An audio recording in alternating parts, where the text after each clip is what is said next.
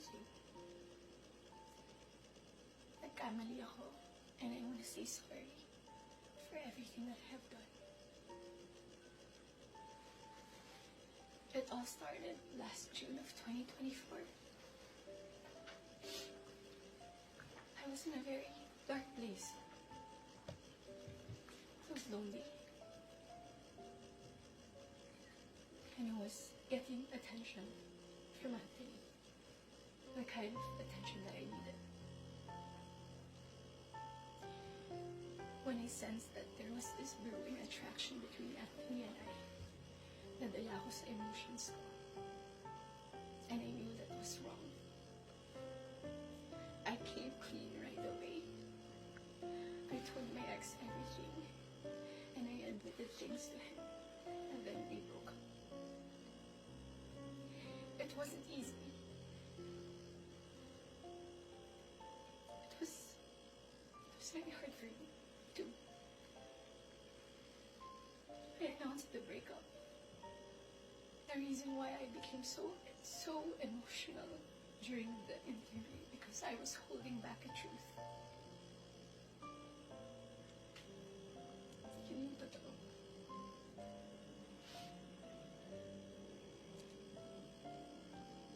I wasn't really able to simmer down. I wasn't able to reflect on what had happened. I was working every day for days straight, weeks straight, months straight. Bago nagsimula yung mga daming trabaho namin, I told Anthony that I broke up with my ex. And he also said the same thing.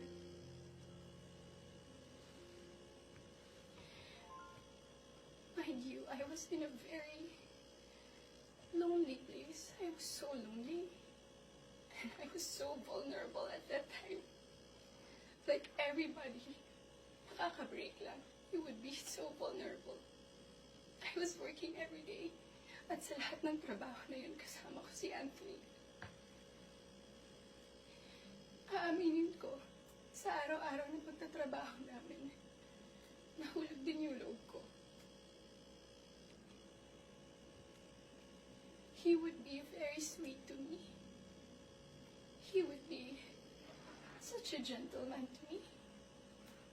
He would say things to me. He would tease me on the set in front of other people. He would tell all the people who were close to me that he was single. So, I was confident to act a certain way around him on the set. Because in the eyes of the people there, we were both single.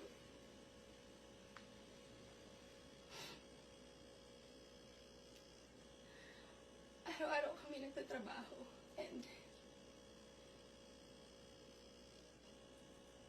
September came. We went to Italy for our shoot sa teleserye namin na Incognito. And that doon nag-start na naging deep yung pagkakilala namin sa isa't isa. I really felt nung pauwi na kami ng Italy, it was my birthday, and we were stuck at the airport the whole day. He would say things to me that are sweet. He would say promises. We would tell promises to each other.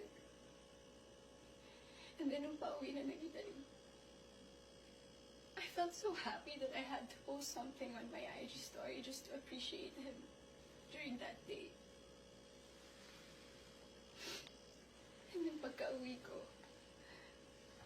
I think that the next 2 days, I saw a post or reposts ni Jam on TikTok. Nakita ko lahat yun. And at that time, yung time frame na yun, nasa screenshots din na nangamusta ako.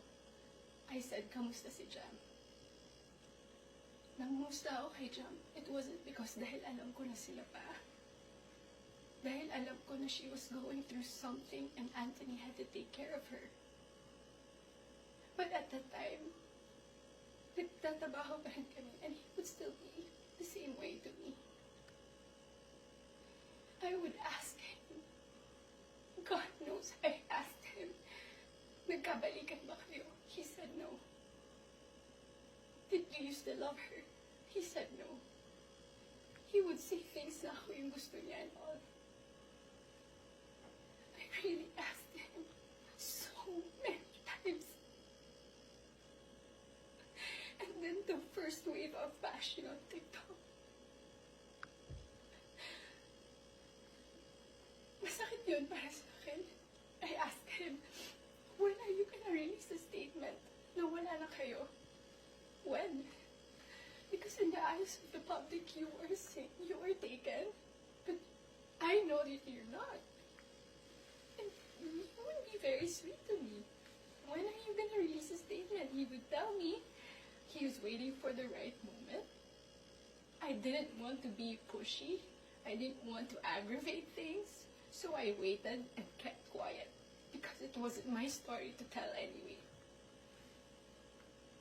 I kept quiet. October passed. We were working still every day. And then Halloween. It was the very first night we went out na medyo sweet kami sa isa't isa. The next day, Cham posted on her Instagram story. There were no names mentioned. There were no names. But people were insinuating that it was Anthony and I. So the waves of bashing came again. I asked him again, when are you gonna release a statement? God knows how many times I begged for a statement. I begged him to fix this because I was so tired of getting bashed. He said, wait, he's waiting for the right moment. I waited. I still kept quiet. I really wanted to speak up, but it wasn't my story and I would look really pathetic. Days went by. The press con of Incognito happened. He released the statement. To me, it was too late because at that time, I was slowly distancing myself from him romantically. The infatuation and the attraction died. But thank you for the statement. I thought everything was in the clear. I thought everything was gonna be okay. Ilang days nung lumipas. The screenshots.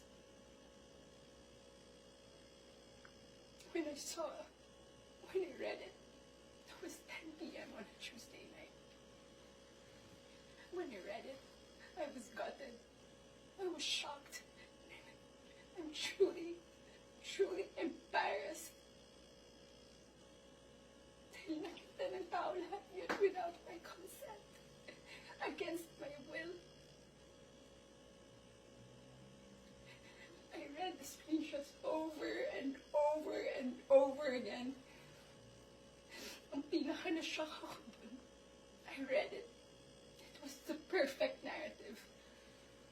That there was this other woman.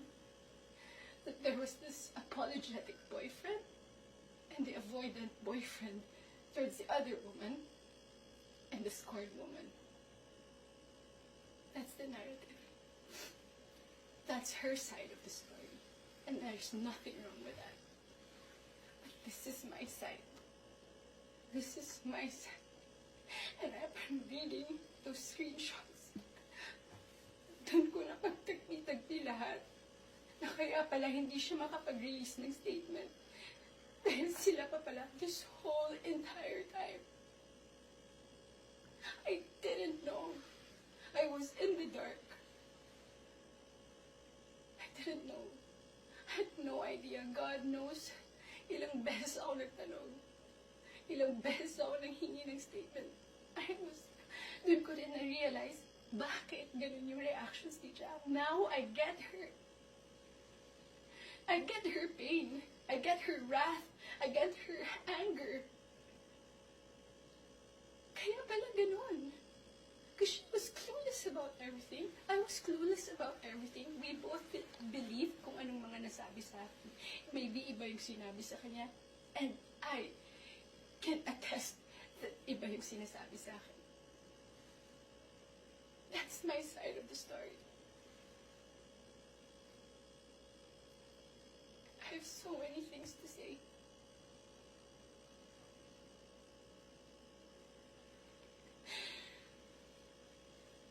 Hindi ko ako makapanuhan. Papahinga pala ako ganito sa buhay ko. So to the public, I am sorry that you got to see that very intimate side of me. Ganun talaga ako pag nagbigay ng pagmamahal. It was supposed to be private. It was supposed to be a private, intimate thing. I'm sad. I'm sad na nakita yun ng tao. And yes, I don't want to play the victim here. Nagkamali din talaga ako. And I want to say sorry to those people I have hurt. I reached out to Jam last November. I did not get a reply. I think that was last November. Because I wanted to know what's up. So, I'm sorry. Most especially, I'm very sorry. I'm truly sorry to those people who supported me for 10 years. Alam nila lahat na ginapang ko yung career ko. Mapunta lang sa kung saan ko gusto. Ginawa ko lahat. Pinaghirapan ko lahat sa tulong nila. Nagagawa ko yung mga gusto. I don't know where I'm gonna go. I don't know saan ako papunta. Yung dignidad ko, hindi ko na mahanap. Whenever I go out, whenever I walk, I feel like I'm a naked woman walking. Hindi ko alam na gagawin ko. I'm so embarrassed. And I'm sorry that you get to see that.